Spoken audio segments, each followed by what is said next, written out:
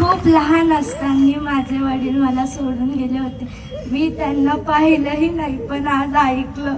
मला खरंच वाटलं वडील असतं तर असंच असतं. खरंच असं वाटतं जर माझे वडील असते तर किती भारी असतं. मी सगळ्यांचे वडील बघते, त्यांचे करणारे प्रेम बघते, पण मला कधी भेटन असं मला वाटतं. खरंच खरंच वडील पाहिजे. ज्यांना नसतं त्यांना कळतं. आता मी ऐकत होते तेव्हा मला कळलं खरंच वडील पाहिजे होते. आता आई पण नसते, आईने पण दुसरं लग्न केलं, आई सुद्धा निघून गेली. आजी बाबांकडे राहिले, त्यांनी सांभाळ केला, पण मग आई ती आईच असते ना. खरं सांगते, जी आईची किंमत ती फक्त ज्याला आई नसते ना त्यालाच कळते. खरंच आई पाहिजे. आणि आज ज्या मुली आईची किंमत करत नाहीत ना त्या मुली कशाच आई.